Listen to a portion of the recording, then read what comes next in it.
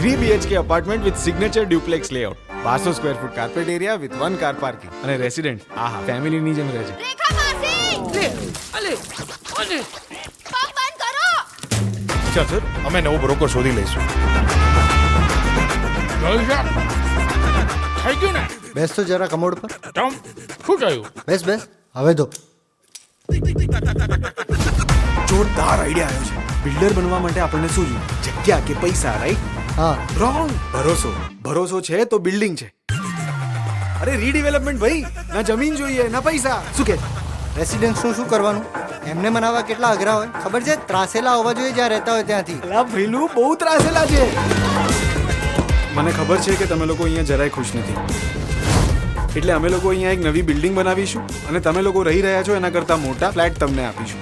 આવી સેમ ચાદર મળશે? ના, ખાલી ફ્લેટ મળશે. મને તો આ સેમ ચાદર મળે ને તો જ હું સહી કરીશ.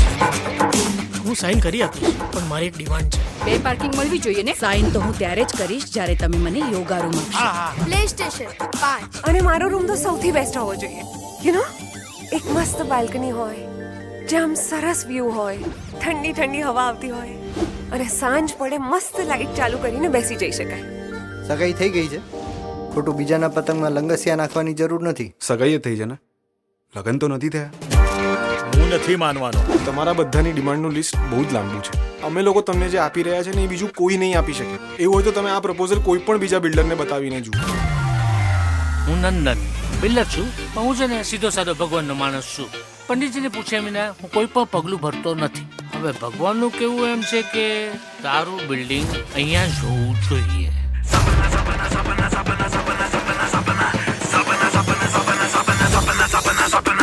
રાતે હવે ઓછા ને દિવસે દેખાય, આંખો ખોલી ખુદીએ તો સામે આવી જાય તારા.